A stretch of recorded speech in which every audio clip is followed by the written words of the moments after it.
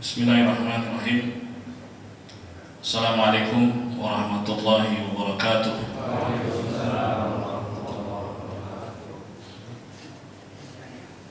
Innal hamdalillah nahmaduhu wa nasta'inuhu wa nastaghfiruh wa na'udzu billahi min shururi anfusina wa min sayyiati a'malina. May yahdihillahu fala mudilla lahu wa may yudlil fala hadiya lahu.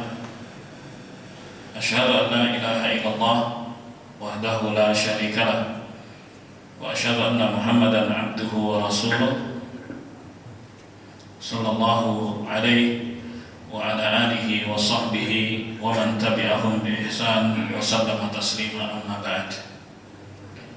Hadirin jamaah sekalian yang dimuliakan Allah, kaum muslimin muslimat yang saya hormati, malam hari ini kembali kita mengkaji tafsir surat Ar-Rahman. Kita mulai di ayat 26.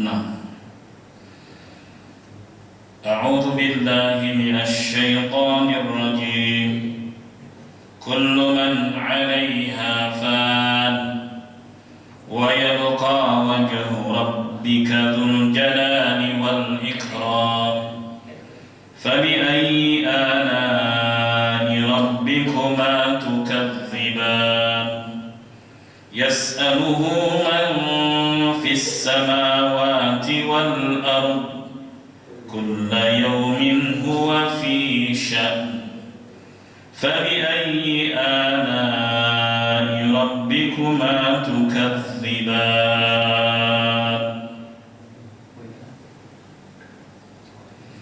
Yukhbiru ta'ala anna jami'a ahli al-ardi sayadhabuna wa yamutun ajma'un.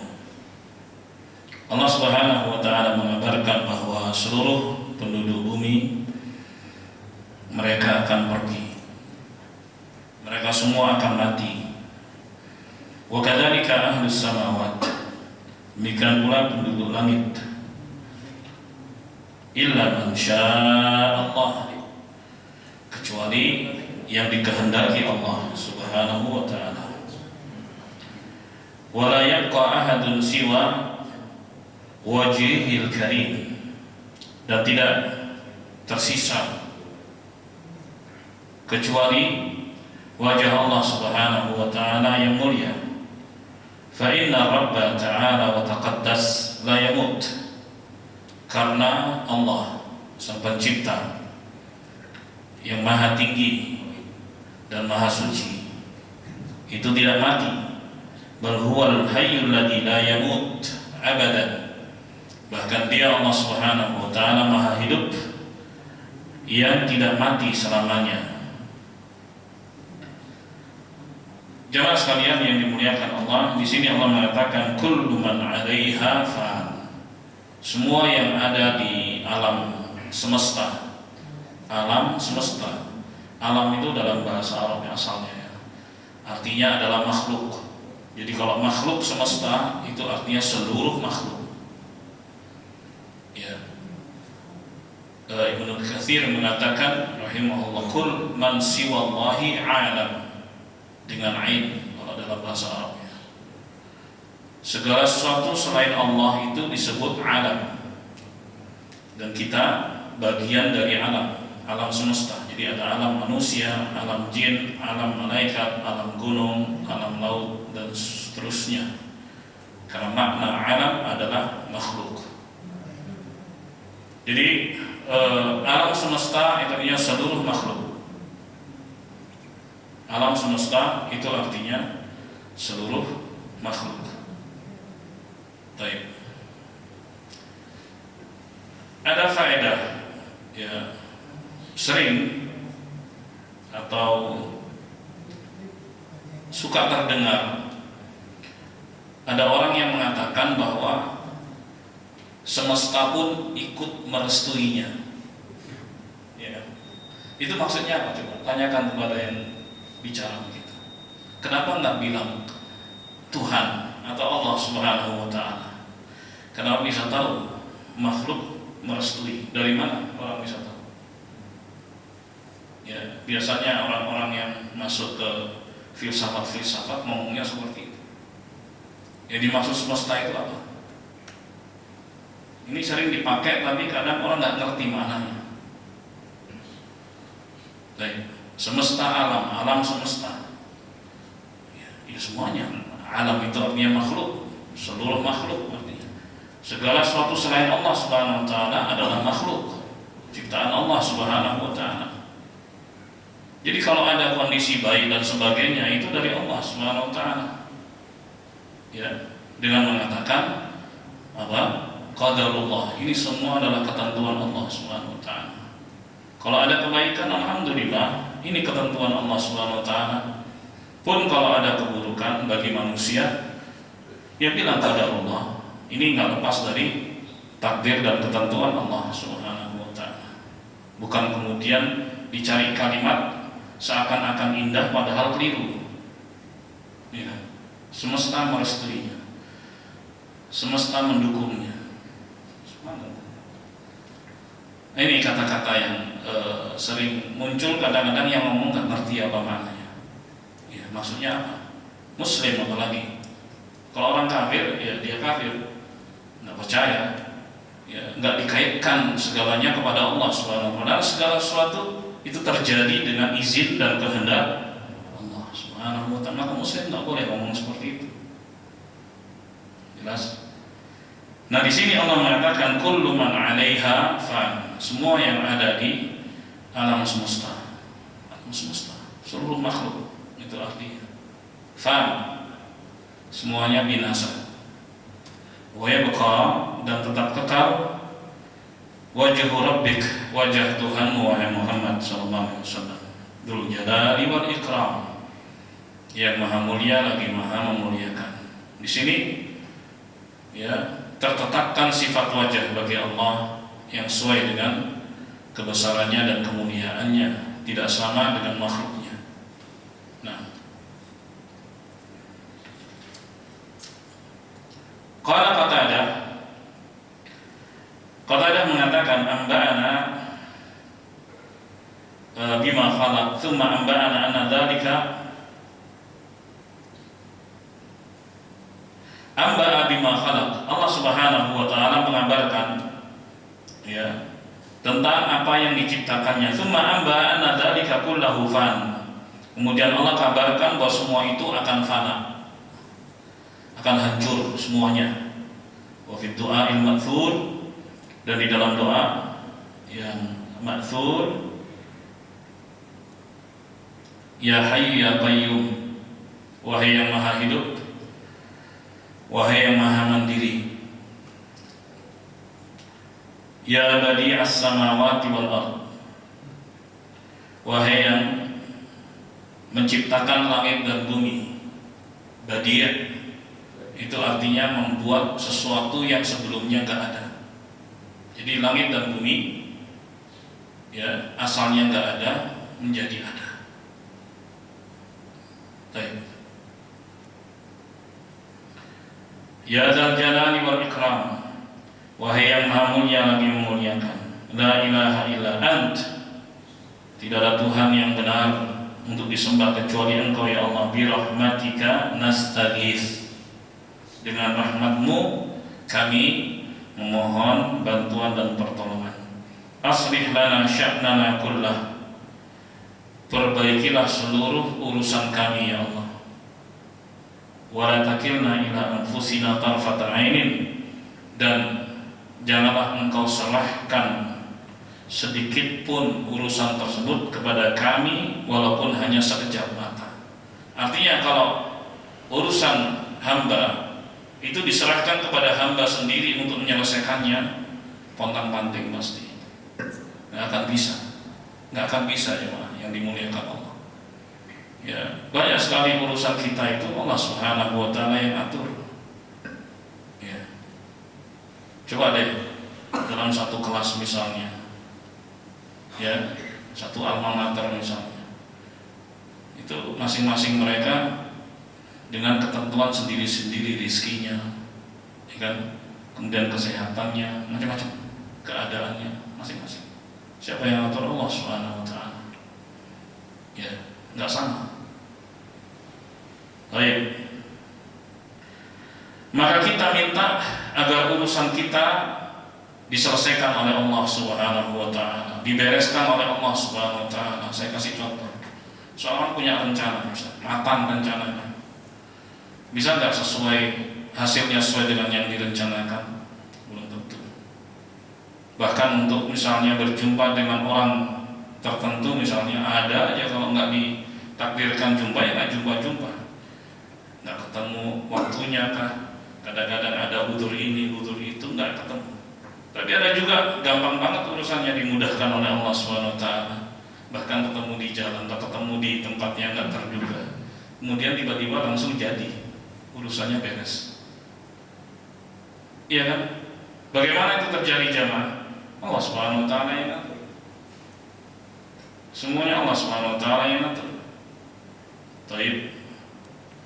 Maka kita minta kepada Allah Subhanahu wa taala agar Allah itu yang ngurusi urusan kita. Kita berusaha semaksimal mungkin ya menjalankan apa yang kita harapkan atau kita ciptakan.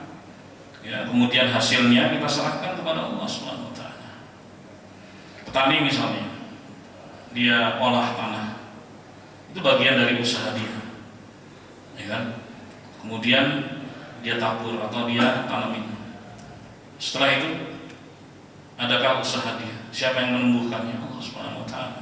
Maka dia berserah kepada Allah Subhanahu wa taala untuk masa ke depan beberapa waktu, entah itu bulan hitungannya sampai panen misalnya. Ada yang tahu nggak kondisinya seperti apa? Nggak ada yang tahu. Bahkan nih hari-hari ini yang katanya kemarau itu banjirnya bisa sampai 2 meter, 3 meter di beberapa titik. Ya, banjir jemaah di musim kemarau yang biasanya nggak begitu kan?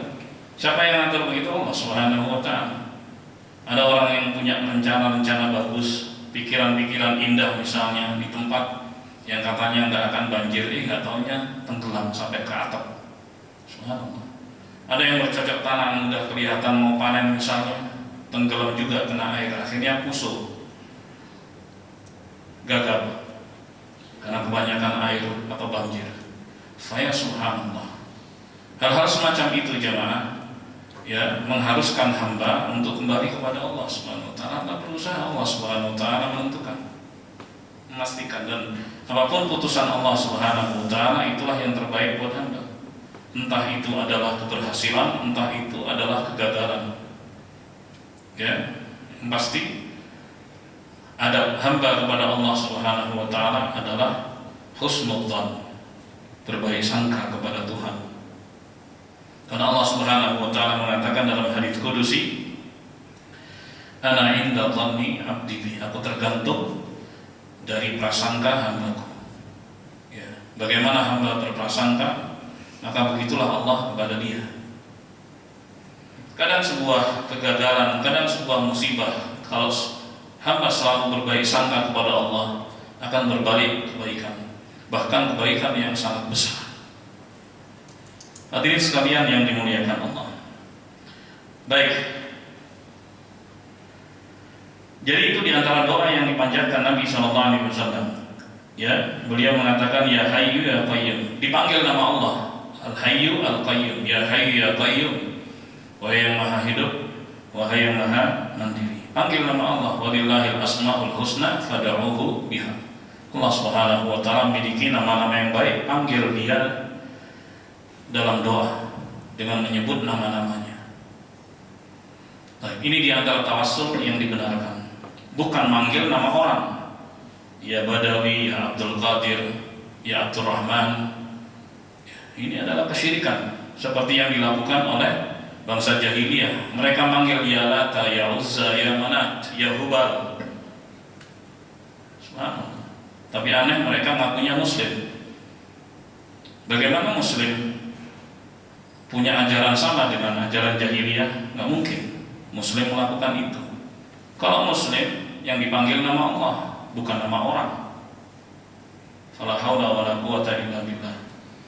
Jadi mereka yang tertipu segera kembali di jalan Allah Subhanahu wa taala. Jangan panggil-panggil nama orang. Mereka nggak punya apa-apa sama sekali. Walaupun mereka punya kebaikan, ya, mereka tetaplah makhluk. Mereka tetaplah ciptaan Allah Subhanahu wa taala. Allah Subhanahu wa taala As-Samad, satu-satunya tempat bergantung. Bergantung hanya kepada Allah, minta hanya kepada Allah. Nabi SAW mengatakan, "Idza sa'alta fas'alillah wa idza ista'anta fasta'in billah." Kalau kau minta-mintalah kepada Allah, kalau kau mohon-mohonlah kepada Allah. Dalam Al-Fatihah juga, iyyaka na'bud wa iyyaka nasta'in. Hanya kepadamu ya Allah kami beribadah, hanya kepadamu kami mohon pertolongan. Ya, ini doa Nabi SAW, manggil nama Allah, manggil sifat Allah Subhanahu wa taala. Setelah itu beliau meminta, aslih lana sya'nana kullah.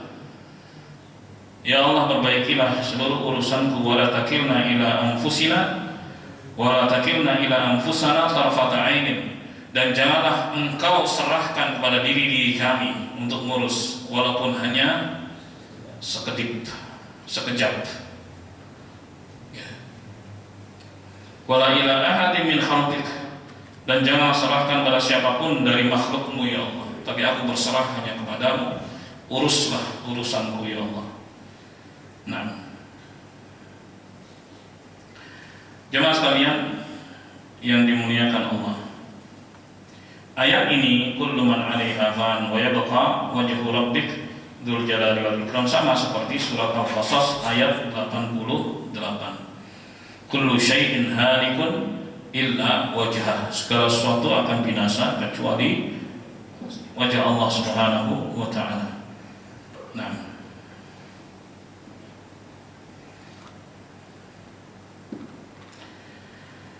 wa qad na'ata subhanahu wa ta'ala wajhul karim fi hadhihi al-ayah al-karimah bi annahu dzul jalali wal ikram.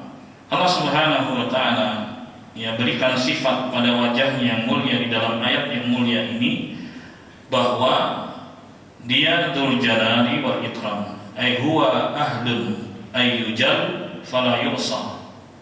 Dzul jalali wal ikram ay huwa ahlun ay yujal, hanya Allah yang dimuliakan, fala yusa, dan tidak didurhakai, wa ayyuta'a fala yukhalaf, bahwa Allah Subhanahu wa taala yang berhak untuk dipatuhi, maka tidak ditentang dan diselisih.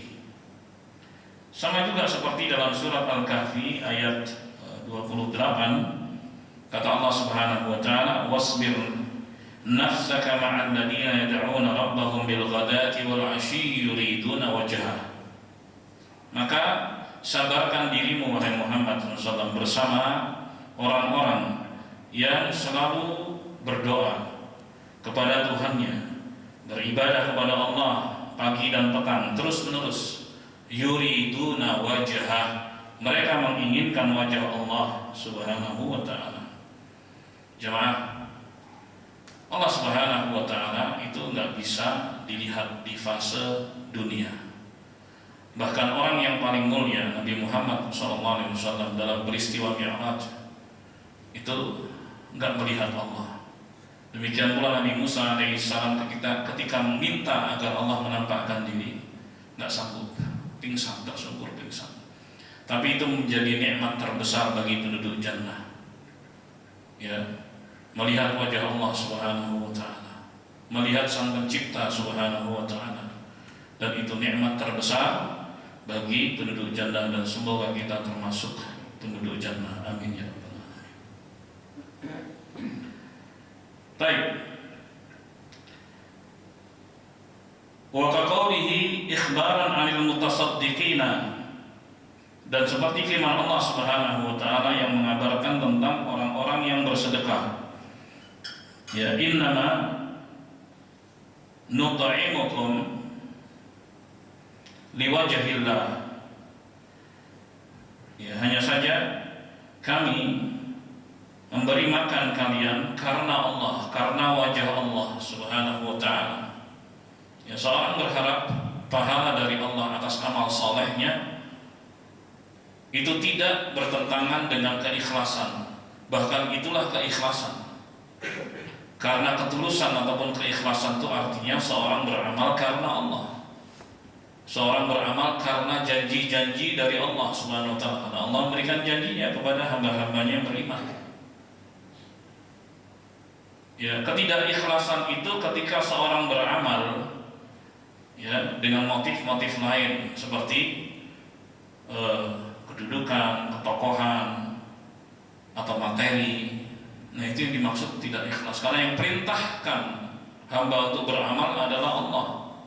Ketika amalan yang diperintahkan Allah itu dikerjakan bukan karena Allah, disitulah makna ketidakikhlasan. Kata ikhlas ya sering diartikan dengan rela. Ini sudah salah arti, dan hal semacam ini banyak terjadi pada beberapa kata yang asalnya dari bahasa Arab, begitu diserap dalam bahasa Indonesia memiliki perubahan makna. Contohnya ikhlas misalnya. Ini contohnya. Ketika seorang kena pungli misalnya oleh oknum, lalu tawar-menawar harga pas, sebelum tancap gas bilang ikhlas ya. Gimana bisa ikhlas? Ikhlas itu kan definisinya seorang beramal karena Allah. Bagaimana mungkin yang seperti itu karena Allah? Mungkinkah? Tidak mungkin. Bagaimana disebut ikhlas? Pungli kok ikhlas? Nggak akan ketemu. Karena definisi ikhlas itu beramal karena Allah. Wa ma umiru illa liya'budullaha mukhlishina lahuddin. Mereka tidak diperintah kecuali agar mereka murnikan amalan hanya untuk Allah. Nah, kalau pungli itu bukan karena kelapangan, ya. Pungli bukan karena kelapangan. Bagaimana mungkin bisa ikhlas? Karena harta, kita bisa makan harta orang lain dengan syarat ada kelapangan dada. Misalnya orang lain ngasih kita hadiah, misalnya kelapangan dada. Atau melalui jual beli yang dasarnya adalah kejujuran dan transparansi, kelapangan dada. Kita ambil keuntungan dari orang lain, harta orang lain kan, tapi itu halal karena lapang dada, transparan. Tapi ketika ketiadaan hati yang lapang dalam memberi, maka itu dipastikan haram. Rasulullah SAW mengatakan, la yahillu malu imri'in muslim illa min tibi nafsihi. Tidak halal harta seorang muslim kecuali dari hatinya yang lapang. Jadi kalau hati ya seorang nggak lapang, duitnya itu diambil, maka dipastikan itu duit haram. Maka muslim harus berhati-hati. Kalau ingin makan harta orang lain, harus dengan dasar kelapangan dada. Ya, jamaah sekalian yang dimuliakan Allah. Nah, demikian pula orang yang berbagi. Berbagi itu juga berharap wajah Allah Subhanahu wa taala. Itulah makna keikhlasan. Innama nut'imukum liwajhillah. Ya, mereka yang bersedekah, Allah kabarkan, kami berbagi kepada kalian itu karena berharap wajah Allah Subhanahu wa taala. Surat Al-Insan ayat 9.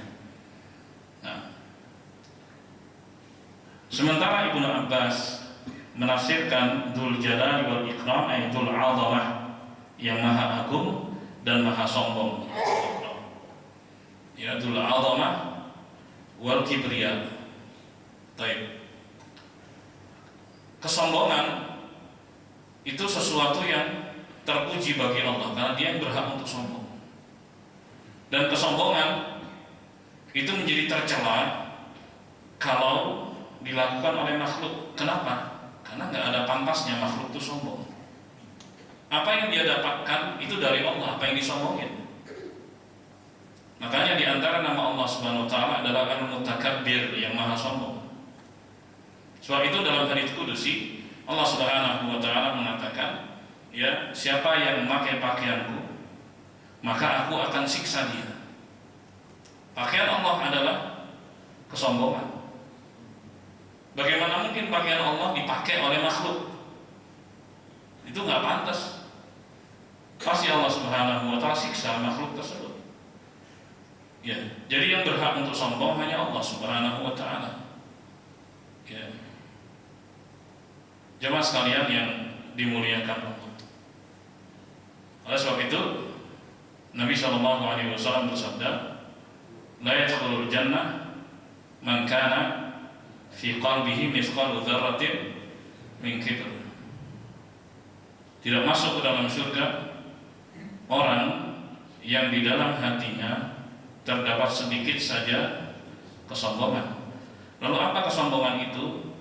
Nabi SAW mengabarkan batarul haq wa ghamtun nas, itu definisi sombong, menolak kebenaran dan merendahkan sesama. Itulah definisi sombong. Makanya iblis yang kenal Allah, saat dia menolak perintahnya dan dia hina atau rendahkan Adam, langsung divonis neraka. Iblis. Mungkin sebagian bertanya, kok cuman gitu aja vonisnya keras banget? Justru cara berpikirnya harus dibalik. Ini menunjukkan bahwa perbuatan sombong itu sangat kecil, sangat buruk. Karena gak pantas makhluk itu sombong. Apa yang disombongin coba? Dia diciptakan oleh Allah Subhanahu wa ta'ala. Dia diberi rezeki oleh Allah Subhanahu wa ta'ala. Dia diberi kesehatan oleh Allah Subhanahu wa ta'ala. Dia diberi kepintaran oleh Allah Subhanahu wa ta'ala. Dia diberi kemahiran oleh Allah Subhanahu wa ta'ala. Kemudian dia dapat banyak dari Allah Subhanahu wa ta'ala. Apa yang disombongin? Orang semuanya dari Allah Subhanahu wa ta'ala.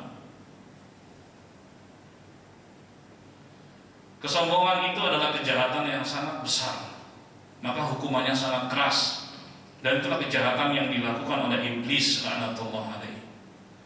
Ya, dia kenal Allah, tapi dia tidak patuh kepada Allah. Dia tahu kenal Allah, makanya ketika dia berusaha untuk menyesatkan manusia, dia bersumpah menyebut sifat Allah. Fa bi izzatik la ughwiyannahum ajmain.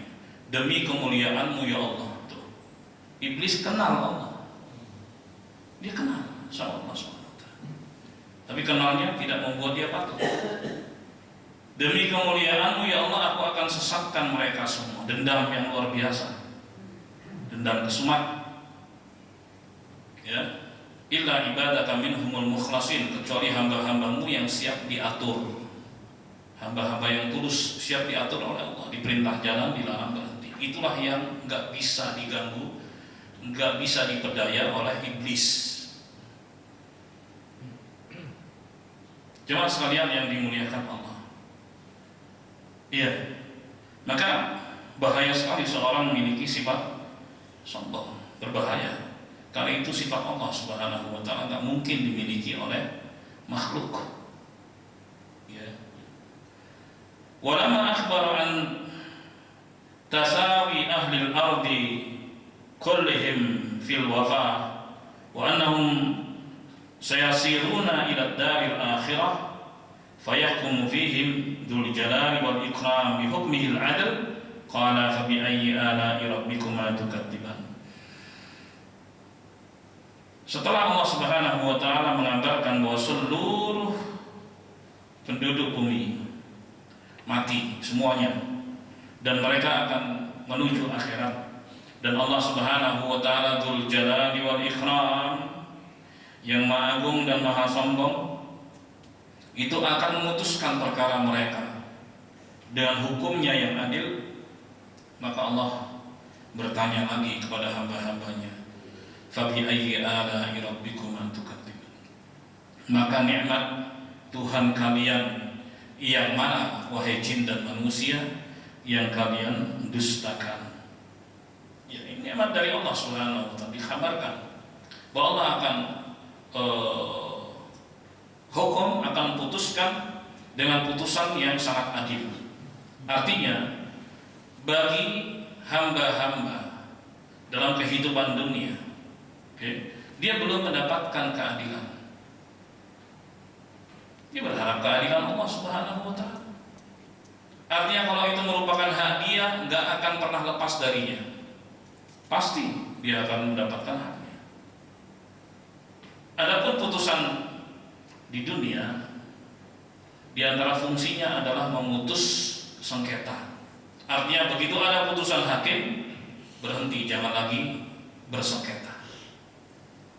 Ada putusan hakim dan ingkrah selesai, maka jangan lagi bersengketa dan gak layak untuk dipersengketakan. Ya. Nabi Muhammad SAW pernah kedatangan dua orang yang berselisih, lalu masing-masing menyampaikan argumentasinya. Maka Nabi SAW ingatkan mereka, bisa saja orang yang kumenangkan ya dengan argumentasi yang baik ya, itu karena kepandaiannya dalam menyampaikan dalil-dalil dan argumentasi. Apabila orang yang kumenangkan tahu dan sadar bahwa dia sedang mengambil hak saudaranya, maka itu sesungguhnya adalah api yang dia ambil. Silakan ambil atau tinggalkan. Jadi Nabi SAW ketika menjadi hakim, beliau manusia biasa, memutus berdasarkan fakta pengadilan. Ya. Dan sementara masing-masing pihak yang berselisih itu macam-macam, ada yang pandai menyampaikan argumentasi, bahkan kadang dia dimenangkan karena argumentasinya. Sementara yang satu walaupun dia benar, karena nggak pandai menyampaikan argumentasinya, dia kalah. Maka Nabi kasih disclaimer di situ. Dimenangkan bukan berarti betul-betul kamu menang. Ingat, itu Nabi loh yang jadi hakim. Dia hanya melihat secara lahiriah saja. Ya. Dan dia nggak bicara yang di luar, yang dilihat itu adalah yang di dalam pengadilan. Gitu. Begitu diputuskan, Nabi kasih, ingat putusan ini ya hanya untuk apa? Menyelesaikan sengketa. Diputuskan, berhenti sengketa. Masalah dia dapat keadilan atau tidak, ya minta dari Allah Subhanahu wa taala. Ini kan menenangkan bagi mereka yang terdolimi, yang merasa terdolimi. Ya kan? Pasti Allah Subhanahu wa taala akan apa? Akan hakimi semuanya dengan putusannya yang adil. Baik. Maka Allah bertanya, maka nikmat Tuhan kalian yang mana, wahai jin dan manusia, yang kalian dustakan? Ini pertanyaan dari Allah Subhanahu wa taala. Ya. Jadi nikmat bagi hamba itu diperlakukan adil oleh Allah Subhanahu wa taala. Bahkan Allah mengatakan dalam hadis qudsi, ya ibadi inni haramtu dzulma ala nafsi. Wahai hambaku, aku haramkan kezaliman pada diriku. Wa ja'altuhu bainakum muharraman fala tadhalamu. Dan aku jadikan kezaliman itu haram atas kalian, maka jangan kalian saling menzalimi. Dalam ayat yang lain Allah mengatakan wala yadhlimu rabbuka ahada. Tuhanmu tidak menzalimi siapapun. Ini menunjukkan kemahaadilan Allah Subhanahu wa taala, dan itu nikmat dan itu anugerah. Maka siapapun akan tenang hidupnya, nggak akan kemana kalau itu merupakan haknya. Apakah di dunia ini dia dapatkan? Kalau tidak, pasti di akhirat dia akan dapatkan. Fabi ayyi ala rabbikuma tukadziban. Maka nikmat Tuhan kalian yang mana, wahai jin dan manusia, yang kalian dustakan. Kemudian kata Allah Subhanahu wa taala di ayat berikutnya, yas'aluhu man fis samawati wal ard. Seluruh yang ada di langit maupun di bumi meminta kepada Allah Subhanahu wa taala. Ikhbar an ghinahu amma siwa. Ini merupakan berita bahwa Allah Maha Kaya. Allah nggak butuh siapapun. Karena semuanya, semua ciptaan Allah itu butuh kepada Allah Subhanahu wa ta'ala. Maka alangkah jahatnya ketika Yahudi mengatakan innallaha faqirun wa nahnu aghniya. Sungguhnya Allah itu miskin, kami yang kaya. Jahatnya sampai sebegitunya. Allah firmankan dalam Al-Quran, mereka dulu adalah hamba-hamba yang diistimewakan. Sampai sekarang mereka katakan itu. Padahal keistimewaan itu sudah dicabut oleh Allah Subhanahu wa ta'ala ketika mereka berbuat jahat ya, dan durhaka kepada Allah. Kepada Allah saja berani berkata begitu, apalagi pada manusia biasa. Jangan harap ya mendapatkan kejujuran dari mereka dalam berbagai macam perjanjian, tidak akan pernah, karena mereka pengkhianat. Ya kepada Allah saja berani. Bahkan dalam ayat yang lain Allah mengatakan yadullahi maglulah, tangan Allah terbelenggu. Itu ucapan mereka. Gullat aydihim wa lu'inu bima qalu. Tangan-tangan mereka lah yang terbelenggu dan mereka dilaknat karena ucapan mereka. Bal yadahu mabsutatan, bahkan kedua tangan Allah itu terhampar. Yunfiqu kayfa yasha, memberikan infak kepada hamba-hambanya sesuai dengan maunya. Begitulah Yahudi. Mereka membunuh nabi-nabi yang diutus kepada mereka. Ya, mereka bertindak jahat kepada Musa banyak sekali, sehingga dicabut ya keistimewaan yang Allah berikan kepada mereka, kemudian diberikan kepada umat Muhammad sallallahu alaihi wasallam. Sebab itu Rasulullah mengatakan nahnul akhirun al-awwaluna yaumil qiyamah. Kita ini orang belakangan akan tapi terdepan di hari kiamat kelak. Jemaah sekalian yang dimuliakan Allah, jadi seluruh makhluk itu butuh pada Allah Subhanahu wa taala. Wa annahum yas'alunahu bi lisani halihim wa qalihim. Baik. Mereka semua butuh kepada Allah Subhanahu wa taala. Lalu Allah mengatakan kullu yaumin huwa fi sya'n. Setiap harinya Allah di dalam kesibukannya. Wa naqul yaum huwa fi sya'n. Ya. Dia Allah Subhanahu wa taala tiap hari di dalam kesibukannya. Masuk saya. Ada.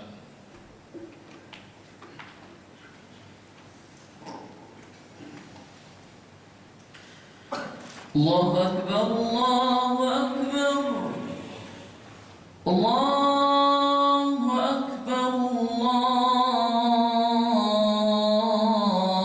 Allahu Akbar. Asyhadu an la ilaha illallah.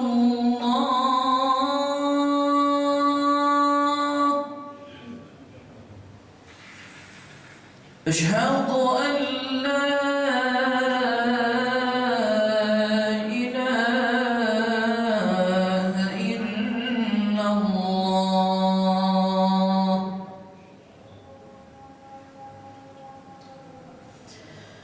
أشهد أن محمدًا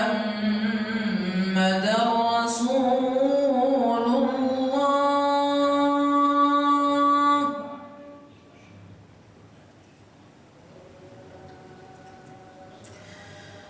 أشهد أن محمدًا رسول الله.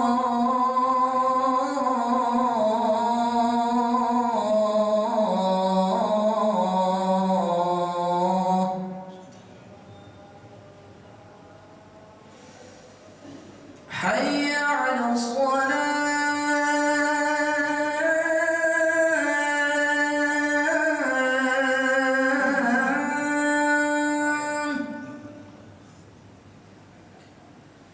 حي على الصلاة.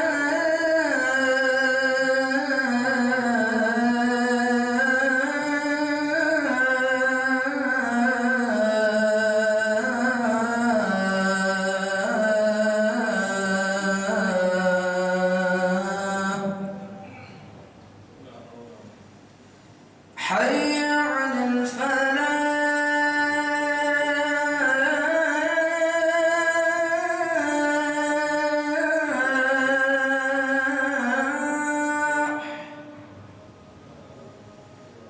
حي على الفلاح.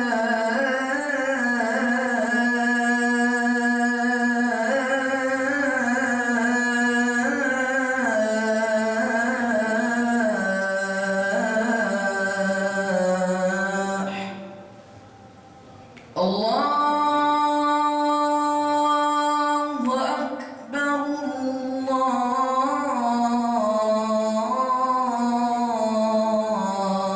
الله أكبر. لا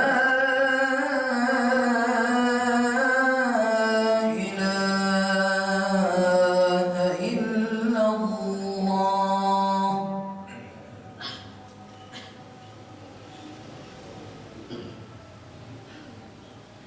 Baik.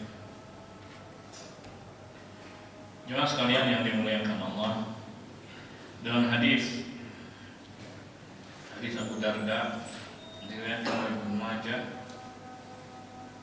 dengan sanad yang hasan, dihasankan Syekh Al-Albani rahimahullah. Nabi SAW bersabda, Allah Subhanahu wa taala berfirman, "Kullu yawmin huwa fi sya'an." Setiap harinya dia dalam kesibukannya. Qala, Rasulullah mengatakan, "Min sya'nihi ay yaghfira dzamban." Di antara kesibukan Allah adalah mengampuni dosa, wa yufarriju karban, dan mengangkat kesulitan, wa yarfa'u qauman, meninggikan seseorang atau suatu kaum, wa yada'u akharin, dan merendahkan yang lain. Dan ini yang disebut dengan takdir harian. Jadi takdir, ya, itu yang pertama takdir induk yang ada di Lauhul Mahfuz, di mana Allah Subhanahu wa taala tetapkan takdirnya 50.000 tahun sebelum Allah menciptakan langit dan bumi. Dan pasti akan berlaku, tidak akan pernah berubah. Kemudian berikutnya ada yang disebut dengan takdir tahunan, dan itu bertepatan dengan Lailatul Qadar. Ya, dan takdir tersebut merujuk pada takdir induk.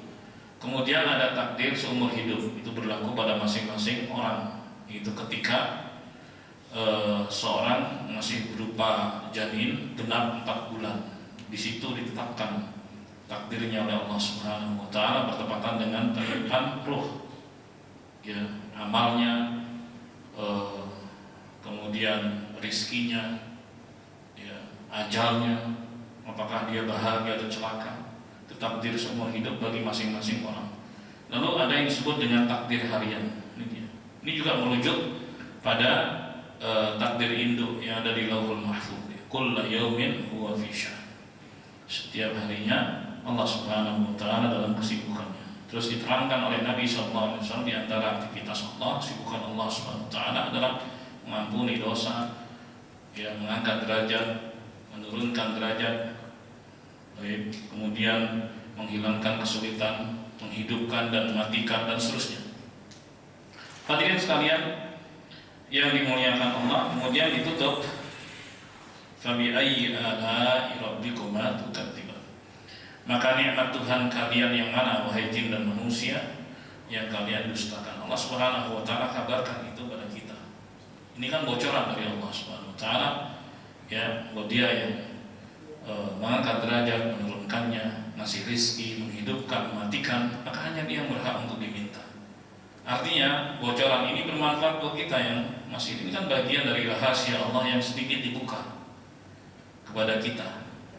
Kita tahu karena diberitahu oleh Allah Subhanahu wa taala. Adapun yang tidak diberitahu, ya kita nggak sok tahu.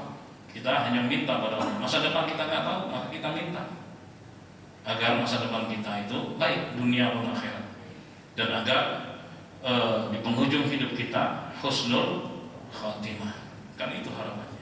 Walaupun kita nggak tahu masa depan nanti, tapi kita berbaik sangka dengan minta yang baik-baik kepada Allah Subhanahu wa taala. Jemaah sekalian yang dimuliakan Allah, itu tadi yang bisa disampaikan pada malam hari ini. Walhamdulillahirabbil alamin. Baik, sebelum ditutup silakan yang bertanya. Ya. Ya.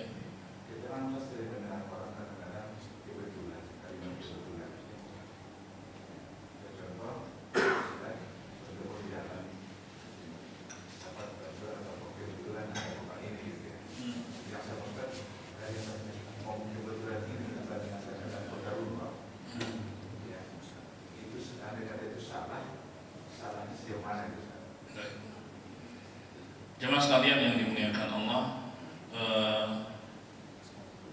kata kebetulan itu seakan tidak direncanakan sebelumnya, padahal segala sesuatu sudah direncanakan dan ditentukan oleh Allah Subhanahu wa taala.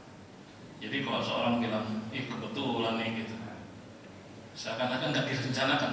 Mungkin dia dari sisi dianya gitu, dari sisi manusianya, kan manusia nggak merencanakan itu, ya kan? Tapi Allah Subhanahu wa taala merencanakan. Tapi apapun yang terjadi, itu sebut nama Allah Subhanahu wa taala terlebih dahulu. Misalnya ini qadarullah, ini kita bertemu ini adalah takdir Allah Subhanahu wa taala. demi nggak kita rencanakan sebelumnya. Nah gitu. Jadi sebagai bentuk adab kepada Allah Subhanahu wa taala. Misalnya dapat anugerah dari orang lain misalnya, melalui sebab orang lain. Anugerah dari Allah Subhanahu wa taala, tapi melalui orang lain. Ya kita sebut nama Allah, alhamdulillah. Segala puji bagi Allah. Kemudian saya ucapkan terima kasih kepada Anda. Begitu. Itu dalam rangka beradab pada Allah. Demikian pula ketika dapat musibah misalnya, yang disebut adalah nama Allah, qadarullah. Ini ketentuan Allah. Ya.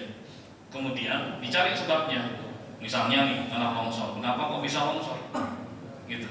Tapi sebut dulu bahwa kejadian itu sudah menjadi ketentuan Allah. Nah kemudian dicari, kenapa kok bisa terjadi? Ada sebab-sebab apa? Gitu. Karena manusia itu baru tahu setelah kejadian. Ketemu tuh sebabnya ini, sebabnya ini, sebabnya ini. Terjadilah hal tersebut. Demikian. Ini semua dalam rangka beradab kepada Allah. Ya, baik. Lanjutannya, ketika seorang tidak beradab dalam berkata-kata misalnya, ya, menegasikan Allah Subhanahu wa taala. Ya, padahal semua itu terjadi karena kehendak Allah. Maka itu ada cacat kepada ketauhidan. Karena orang lupa bahwa semua itu adalah dari Allah Subhanahu wa taala. Gitu. Artinya ketika seorang tidak menyertakan Allah Subhanahu wa taala, ya. Artinya dia melupakannya. Sebagai muslim harus beradab kepada Allah Subhanahu wa taala. Dia harus ingat terus. Apapun kejadiannya dia tak berdiri sendiri, tapi itu sudah menjadi apa? Ketentuan dari Allah Subhanahu wa taala. Apakah itu kebaikan buat dia ataukah keburukan? Karena baik dan buruk itu kan ditinjau dari sisi manusianya. Dari sisi Allah semuanya baik kan begitu. Ya kan? Baik menurut manusia yang menyenangkan dia, membahagiakan dia. Buruk menurut manusia yang tidak menyenangkan dia kan begitu. Tapi di sisi Allah Subhanahu wa taala semua ketentuannya baik. Ya, anugerah ataupun musibah di sisi Allah Subhanahu wa taala adalah kebaikan. Makanya Rasulullah mengatakan wasyarru laisa ilaik, dan keburukan itu tidak dinisbatkan kepadamu ya Allah. Gitu. Jadi kurang sempurna ketauhidannya. Oleh sebab itu setiap muslim walaupun dia dalam ucapan, dalam kata-kata, walaupun dia tidak maksudkan sebenarnya, tapi tetap harus dijaga. Ya, seperti tadi kata-kata kebetulan misalnya, gitu kan? Karena sudah terbiasa. Nah itu harus dirubah tuh. Misalnya, alhamdulillah nih qadarullah kita dipertemukan. Nah, kalau dibiasakan gitu kan jadi indah, iya kan? Demikian. Ini dulu ya. Siapa? Terkait pembahasan doa tadi ada tawasul menyeru kepada nama Allah. Iya. Kemudian menyeru kepada sifat Allah. Ini dengan menyeru dengan sifat Allah itu seperti apa? Karena sifat Allah itu kan satu. Apa iya. Boleh kan? Boleh. Sifat Allah? Boleh. Misalkan wahai rahmat Allah. Itu bukan apa namanya? Bukan Kan sifat juga. betul. Di sini disebutkan nih coba nih. Ya, dalam doa Nabi sallallahu alaihi wasallam. Ya Hayyu ya Qayyum ya Badi'as Samawat ya Dzal Jalali wal Ikram. Itu Allah Subhanahu wa taala. Ya. Baik. Bertawassul dengan menyebut nama Allah, dengan menyebut sifat-sifat Allah Subhanahu wa taala itu dibenarkan. Contoh lagi dalam doa a'udzu billahi bi kalimatillahi tammati min syarri ma khalaq. Atau seperti yang diucapkan ya di dalam Al-Qur'an oleh Iblis, fa bi izzatik, dengan kemuliaanmu ya Allah. Itu sumpah. Boleh kan? Termasuk juga akan tapi kalau tadi disebut apa tadi contohnya? Rahmat Allah Subhanahu wa taala. Di dalam nama Allah Ar-Rahman terkandung rahmat. Ya tidak dikatakan wahai rahmat Allah, enggak. Wahai yang memberikan rahmat. Ketika menyeru sifatnya langsung itu kan ada larangan sebetulnya kan? Enggak. Itu dibatasi. Hanya ada rinciannya, ya, terkait menyebut sifat-sifat Allah Subhanahu wa taala, ya,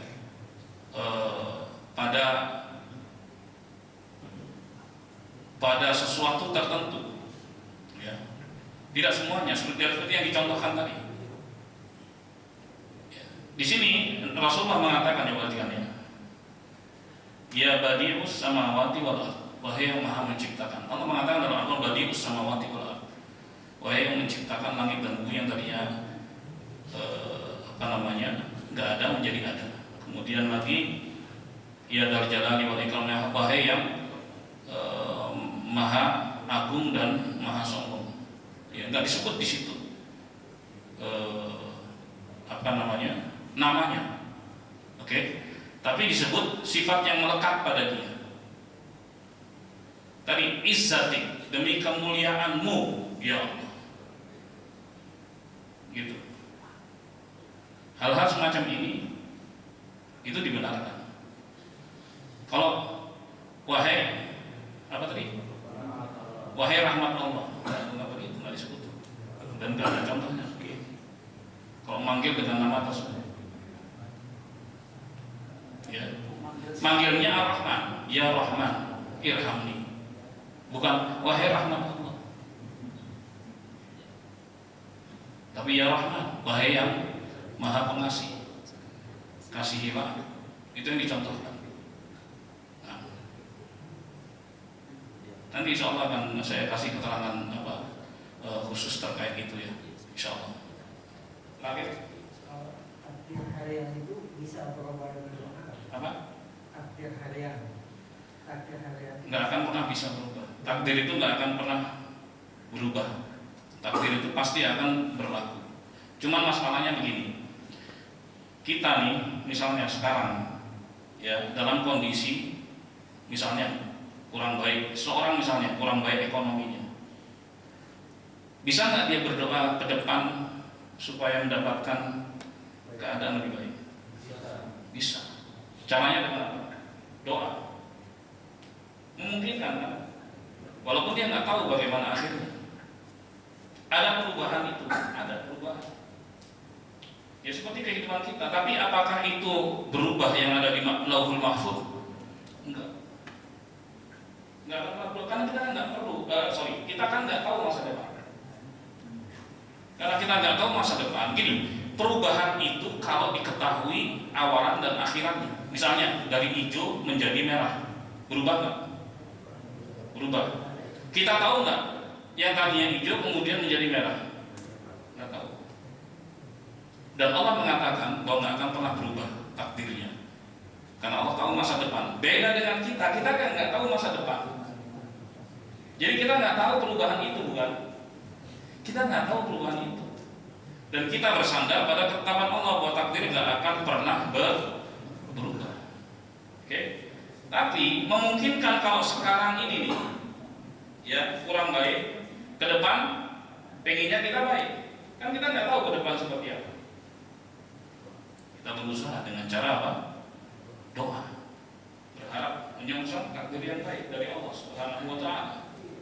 Kita nggak tahu perubahannya ke depan bagaimana. Jelas baik. Nanti baru ketahuan tuh ketika orang itu udah mati. Sejarah hidupnya akan ketahuan. Misalnya disorot dari sisi ekonominya. Misalnya nih, dari tahun sekian ekonominya sini, naik lagi, turun lagi, naik lagi. Begini, fluktuasi. Ini perubahan bukan Pak ini? Di setiap waktu ada perubahan nggak? Apakah kemudian ada juga orang yang begini? Ada juga orang yang begini. Secara grafik, kalau kita lihat grafik orang nih, hidup misalnya tahun 50 sampai tahun 2000 misalnya 10, udah meninggal dia, kan ketahuan grafik hidupnya. Oke, ada nggak perubahan-perubahan itu, naik turun? Ada perubahan-perubahan itu yang dimaksud. Baik. Tapi sebelum dunia kan begitu, naik turun. Seperti kita lah masing-masing, nggak tahu kan? Ya karena kita nggak tahu, maka kita berharap pada Allah minta yang terbaik. Kalau mungkin kan, Allah mengatakan dalam firman-Nya bahwa Allah Subhanahu Wa Taala tidak akan merubah suatu kaum sampai mereka mau. Kalau dia nggak berubah, ya udah begitu. Itulah takdir. Jadi kalau kita mau berubah sekarang. Perubahan itu dilihat dari startnya, dari start awal kita tahu. Jadi ketika dilihat misalnya jalan setahun, oh ya sudah ada, bisa dievaluasi kan? Ada nggak perubahan itu? Ketahuan perubahan itu. Tapi kalau misalnya kita nggak tahu awalnya bagaimana, akhirnya bagaimana, kemudian dikatakan bisa nggak berubah? Ya, kita nggak tahu. Apa yang takdirkan Allah masa depan kita nggak tahu. Tapi kita berusaha untuk menyongsong takdir yang baik. Itu diperintahkan oleh Nabi Sallallahu Alaihi Wasallam. Jelas ya? Terima kasih. Barakallahu fiikum. Subhanakallahumma wa bihamdika asyhadu an la ilaha illa anta astaghfiruka wa atubu ilaik. Assalamualaikum warahmatullahi wabarakatuh.